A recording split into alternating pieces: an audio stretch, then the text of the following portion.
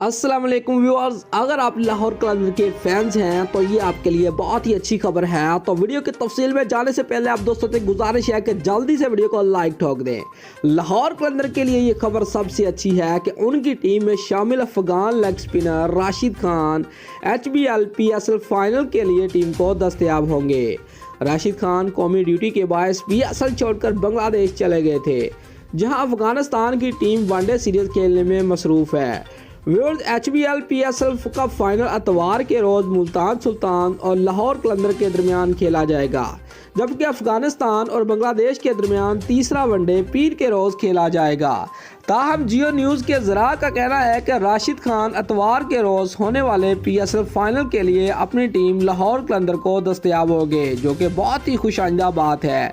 दोस्तों, आप भी अपनी राय का इजहार ज़रूर करें कि फाइनल मैच कौन सी टीम जीतेगी, लाहौर कलंदर या फिर मुल्तान सुल्तान। अगर आपको हमारी ये वीडियो अच्छी लगी है तो लाइक और कमेंट ज़रूर करें और हमारे चैनल को सब्सक्राइब करना मत भूलिए।